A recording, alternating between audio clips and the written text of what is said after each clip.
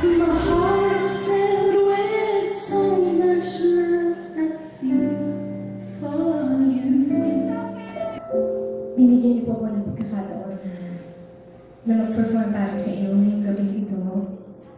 Dahil yes, kung gusto niyo po akong bumalik, bago niyo po nakakatawa sa inyo. Feelings ko noon, when I'm on stage, hindi ko alam kung saan ko kinukuha yung strength ko na maging sobrang honest sa mga tao talagang. Sinasabi ko yung dahilan kung bakit ako umiyak. Nagugulat din ako sa sarili ko. Thank you, Lord. Thank you for these wonderful people, for these generous people who took time to see me perform. Mahirap. Bumira. Umaglan ako. Di bagay sa mentor.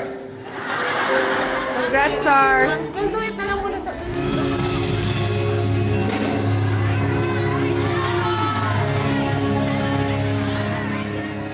Thank you very much sa lahat po ng pumunta dito. First time po kami mag-show dito at sabi po kami happy sa response ng mga tao.